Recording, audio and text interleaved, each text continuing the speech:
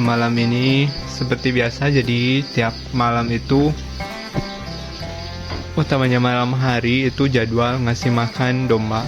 Nah, ini domba kalau makan full itu full rumput itu diperbanyak di sore hari atau dimulai dari jam 5 sampai jam 10 malam. Jadi jam 5 kasih makan, jam 6 kasih makan, nanti jam 10 malam kita kasih makan lagi. Nah, kebutuhan untuk per domba itu biasanya kalau rumput basah seperti ini, kebutuhannya itu per satu ekor domba itu sebetulnya kebutuhannya 8 kilo dari berat badannya, atau 8 kilo atau sekitar 6% dari berat badannya. Jadi kebutuhan domba, pakan domba itu hariannya ya seperti itu. Makanya kenapa domba harus dikasih makan full biar badannya tidak kurus. Kemudian juga kalau malam hari itu diusahakan kasih makan rumput. Kalau pagi, kalau yang punya konsentrat, kalau yang biasa pakai konsentrat pagi hari pakai konsentrat, malam harinya full rumput. Full rumput itu bagus apalagi untuk domba yang beternak domba atau breeding domba. Jadi kalau malam hari, kalau breeding domba itu bagusnya diberi full rumput, karena rumput itu banyak sekali jenisnya, apalagi kalau rumput bukan rumput tanam tapi rumput hasil nyari, jadi macam-macam jenisnya ini. Jadi jenisnya ada rumput seperti ini, kemudian rumput daun, jadi banyak sekali. Nah, kemudian apalagi untuk domba yang hamil, bagusnya di domba hamil itu diberi kasih makan ini apa untuk menyusui kan, domba hamil, kemudian persiapan menyusui itu bagus dikasih rumput-rumputan atau daun-daunan yang banyak mengandung pertama protein, kedua karbohidrat. Protein itu dari rumput-rumputan atau dari tanaman itu bisa diperoleh dari pertama dari tanaman seperti indigofera. Jadi saya di depan udah nanam tanaman indigofera. Itu berdasarkan informasi kadar proteinnya tinggi, jadi bagus sekali untuk indukan domba yang hamil. Kemudian yang kedua yaitu jenis tanaman kaliandra.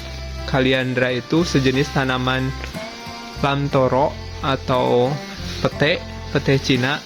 Jadi sejenis pete Cina, tapi dia tidak seperti pete Cina buahnya.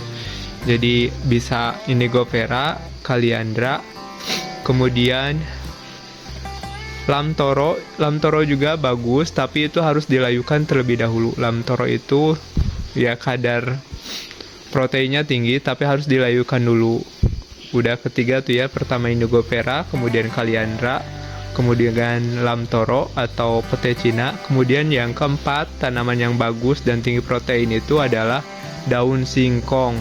Nah, daun singkong itu sebetulnya tinggi sekali protein dan kemudian zat-zat lain, tapi juga tinggi kandungan sianida, racun sianida itu dari getah daun singkongnya. Nah, pembahasan terkait dengan manfaat daun singkong untuk pakan ternak domba itu sudah saya ulas di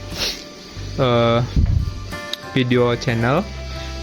Nah, di situ dijelasin bagaimana kandungan protein daun singkong. Bagusnya daun singkong itu misalkan ngambil pagi atau siang, dilayukan dulu sampai sore atau sampai besok paginya lagi, baru dikasihkan makan ke domba. Kalaupun mau langsung dikasih makan kan daun singkong, ini berdasarkan pengalaman dari saya dan petani lain. Kalau daun singkong itu bagusnya diberikan tidak di awal.